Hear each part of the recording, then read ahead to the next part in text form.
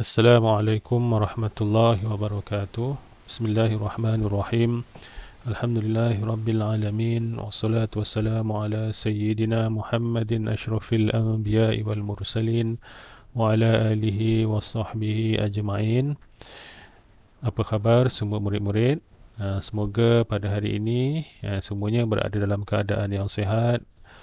Hari ini saya tak buat Google Meet.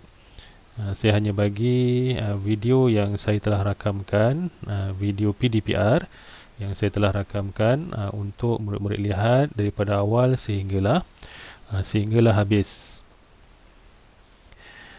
Baiklah, sebelum kita meneruskan pembelajaran kita pada hari ini, marilah sama-sama kita menadah tangan dan minta murid mengaminkan bacaan doa yang akan saya bacakan.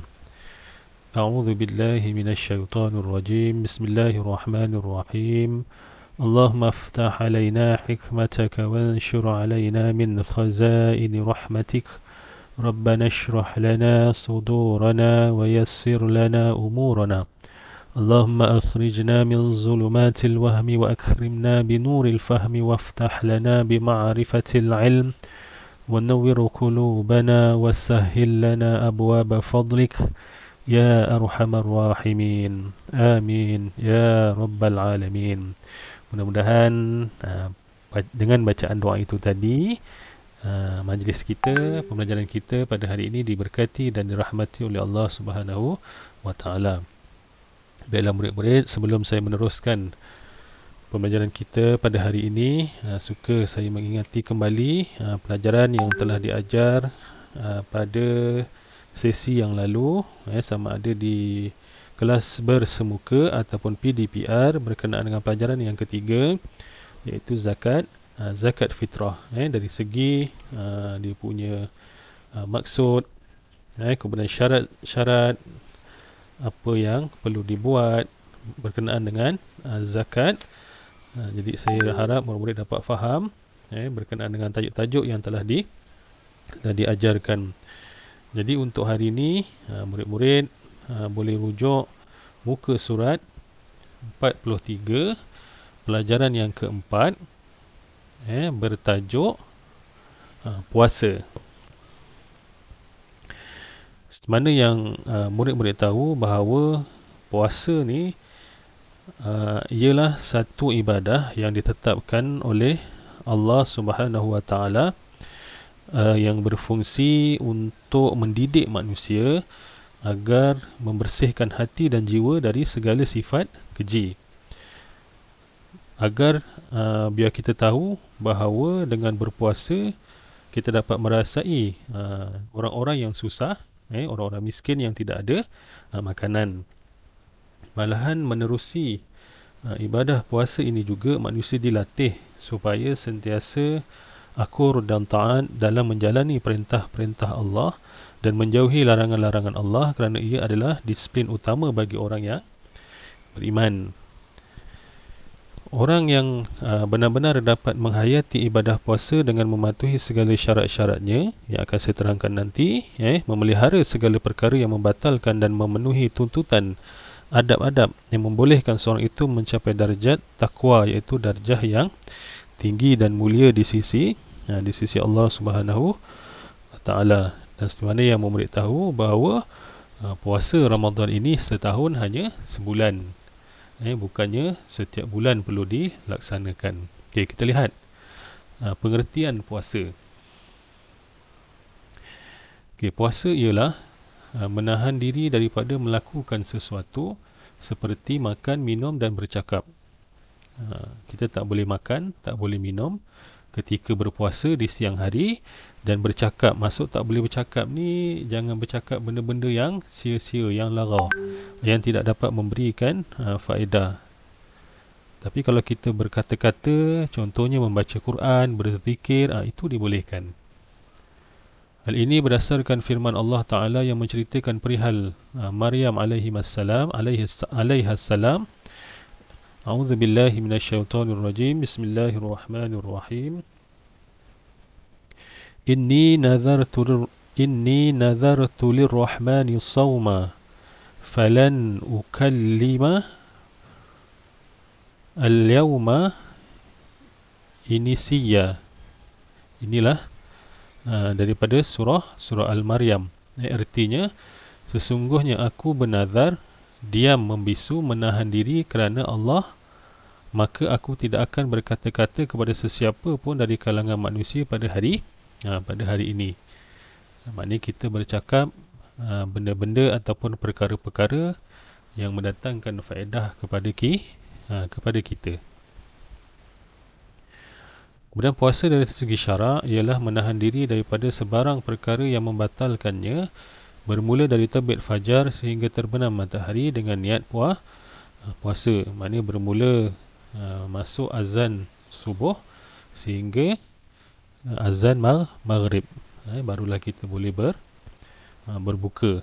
Okey, tadi ini adalah dari segi pengertian puasa dari segi bahasa, dan ini pengertian puasa daripada segi syarak.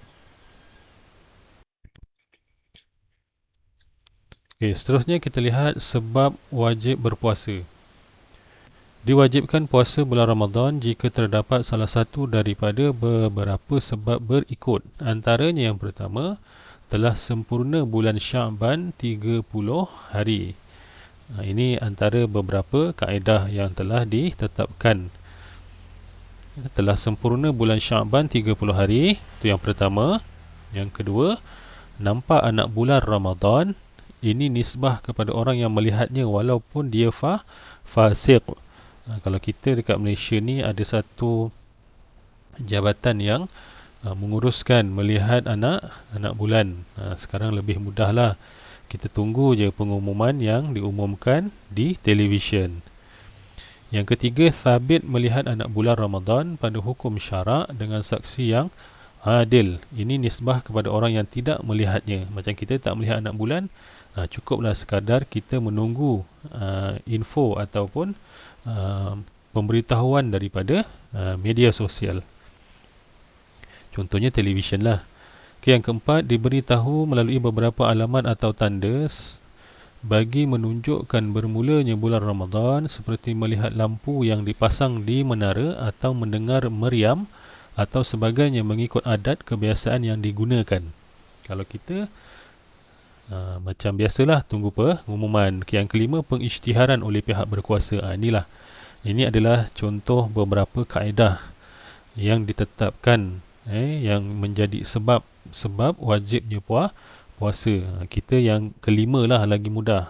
Tunggu saja pengisytiharan oleh pihak berkuasa. Okey, seterusnya tempat sama matlak, iaitu tempat terbit bulan, wajib puasa. Sebuah negara yang nampak anak bulan Ramadan wajiblah berpuasa ke atasnya dan ke atas negeri-negeri yang berhampiran dengan sebab berada di dalam satu matlak, satu tempat. Kalau kita Malaysia lah, sebab tu Malaysia selaras satu negara puasa. Taklah Johor lain, Perak lain, Negeri Sembilan lain, tak macam itu. Kita ada satu jabatan yang menguruskan dan juga jabatan negeri-negeri yang menguruskan hasil persamaan, kemudian diumumkan melalui pengisytiharan yang dibuat di televisyen. Jadi kita sekarang lebih mudah lah. Okay. Berbeza matlak tidak wajib puasa. Sekiranya berbeza matlak atau berjauhan bukan dalam satu matlak, tidaklah diwajibkan puasa.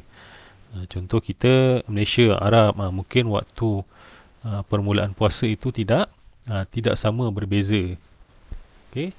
Kena tengoklah mengikut keadaan tempat mana kita berada. Seterusnya, maksud berbeza matlak. Yang dimaksudkan dengan berbeza matlak di sini ialah berjauhan di antara dua tempat sekira-kira jangka nampak anak bulan pada salah satu daripada keduanya, nescaya tidak nampak pada tempat yang satu lagi mengikut kebiasaannya. Okey, ini berbeza, maksud berbeza matlak. Okey, syarat sah puasa. Syarat sah puasa ada 6. Okey, yang kita lihat yang pertama iaitu Islam. Tidak sah puasa bagi orang-orang kafir. Jika seorang itu murtad, walaupun sedetik sahaja daripada harinya, maka batallah puasa. Ada juga orang kafir yang berpuasa, tapi mengikut kaedah Islam itu tak dikira sebagai satu ibadah.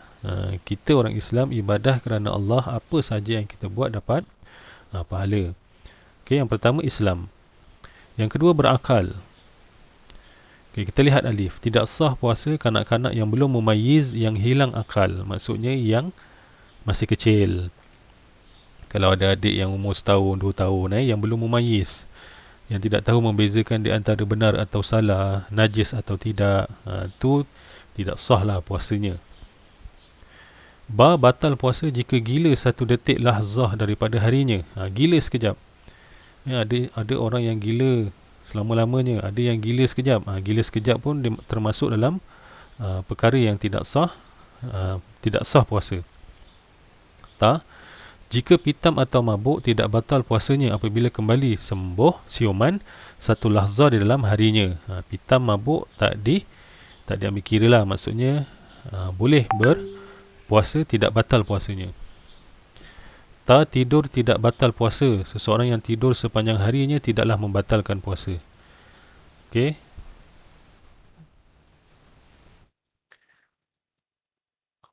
Tiga, suci daripada haid dan nifas sepanjang harinya. Batal puasa apabila datang haid atau nifas walaupun 1 lahzah daripada harinya. Lahzah ni maksudnya sekejap, walaupun sikit. 4, niat.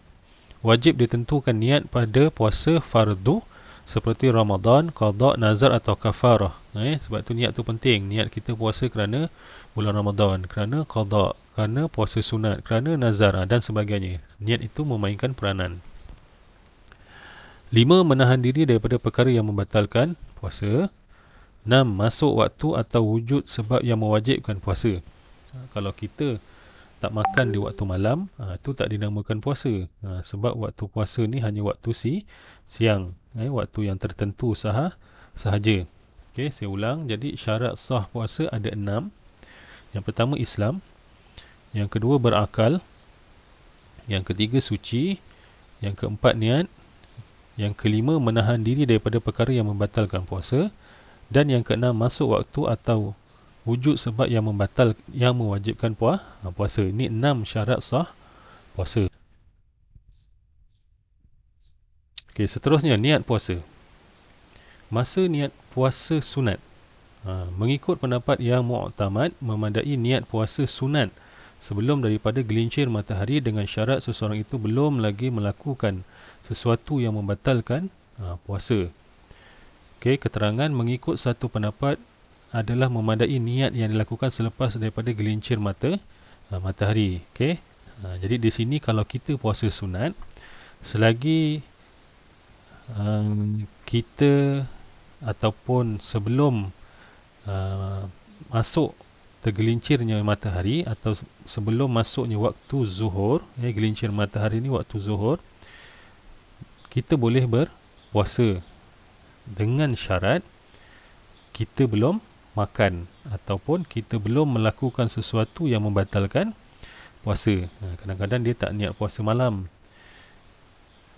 kemudian dia bangun, dia rasa dia tak makan. Contoh dalam pukul 10 dia belum makan dan belum lagi melakukan sesuatu yang membatalkan puasa. Dia niat nak puasa lah hari ni, tu kira puasa lah. Dengan syarat tadi itulah, dia belum melakukan sesuatu perkara yang membatalkan puasa. Ini puasa sunat. Puasa sunat ini niat puasa sunat sebelum masuk tergelincirnya matahari atau sebelum masuknya waktu zuhur, sebelum daripada gelincir matahari. Yang penting syaratnya itulah, belum lagi melakukan sesuatu yang membatalkan puasa. Okey, ini hanya tertakluk niat puasa sunat sahaja. Okey, hukum niat setiap malam bulan Ramadan. Ni puasa yang wajib lah. Puasa yang wajib ni contohnya bulan Ramadan, puasa nazar. Itu puasa yang wajib. Wajib niat puasa pada tiap-tiap malam Ramadan. Sebab itu bulan Ramadan kita puasa secara hari-hari. Hari-hari kita niat. Kalau yang lebih mudah, lelaki boleh niat di surau atau masjid selepas ataupun selepas habis solat witir itu kita ada wirid, kita akan niat beramai-ramai. Okey, alif mengikut al-Imam Malik memadai dengan niat di malam pertama bagi keseluruhan sebulan puasa Ramadan. Okey, setengah pendapat bagi Imam Malik boleh niat puasa sebulan sekali.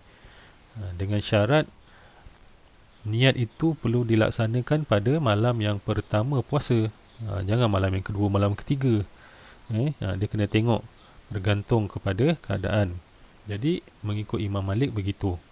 Boleh memadai dengan niat di malam pertama bagi keseluruhan sebulan puasa Ramadan.